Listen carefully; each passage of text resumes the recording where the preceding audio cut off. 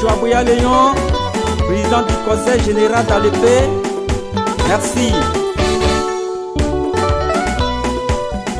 Vice-président Assi Bernard, merci.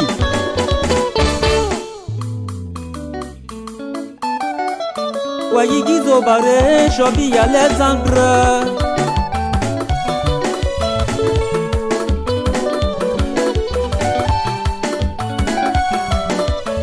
Nanja Pauline, wo Yememia. Sheki male mariage, Amadou Chamouloba, Amabachine no ma yo kabikelo.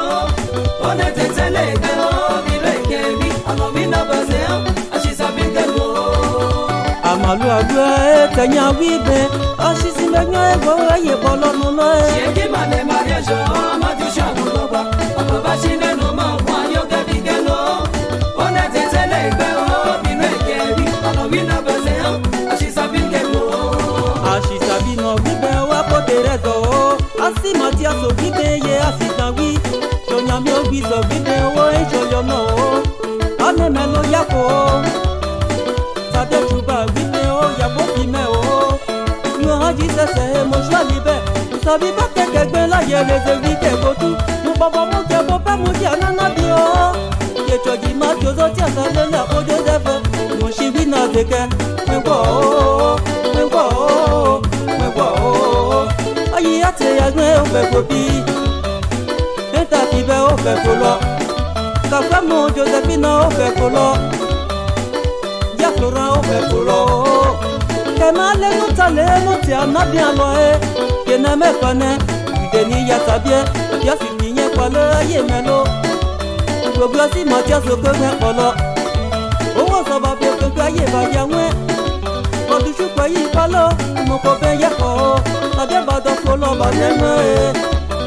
Yo matimote, tabi na wile dube, timu agitide, nena bejo. Neshe wa mwe apuna deo, asi Nathalie wa mwe. Asi leya o ane o, asi na bejo wa eko. Ate François wa mulegba ogwo lisien, moya bi Francis wa mwe eko sanjilo.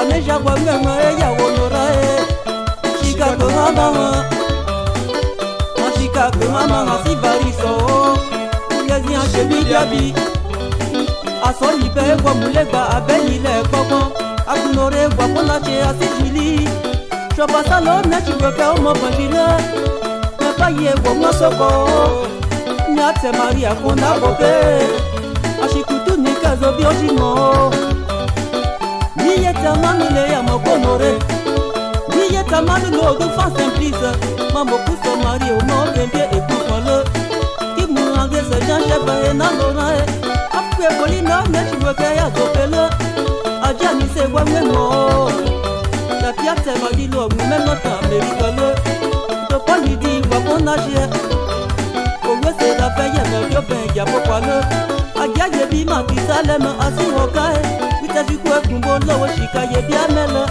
Yapo sikinye kwa pondaje Chilebe ya kise o aneo Yeteza Kajibe wa memo Si ya ba Jacqueline tete Koki feliso Koki seve wa memo Kwa dwebe si se marini no asho piero Si tabe la ji anetebe Deni bayi kwa ewa olo kwa kuzelo Andi pia wa memo Cabino, anga ya po désiré.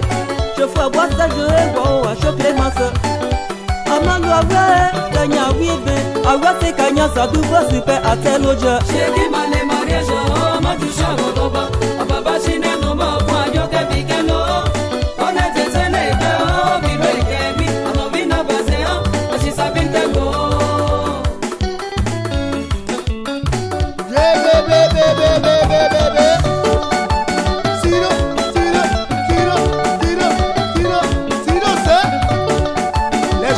Toujours grossir et nous sommes tous les jaloux. À nos pieds, toujours meilleur. Body power polinaire, à la copada, la gobi.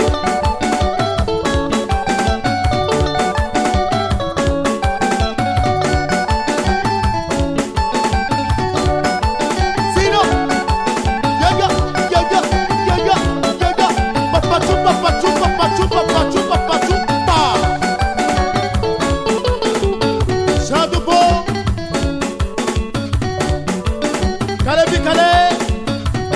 Bago, Sombo, Désiré.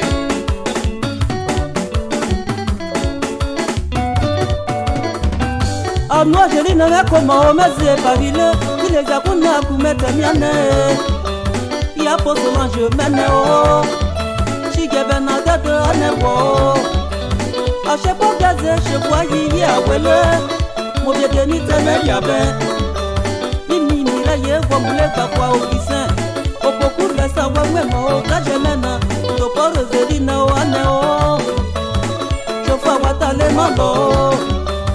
Adopo tiano nese wolo, chashi jeni le malo.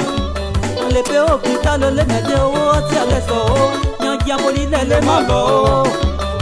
Ye pi mesi me o me goge, aje pe lo wo me mo e, aje be jamais nyangi ya pi jamais. Si fait na o chefoye o, achewe sa fine.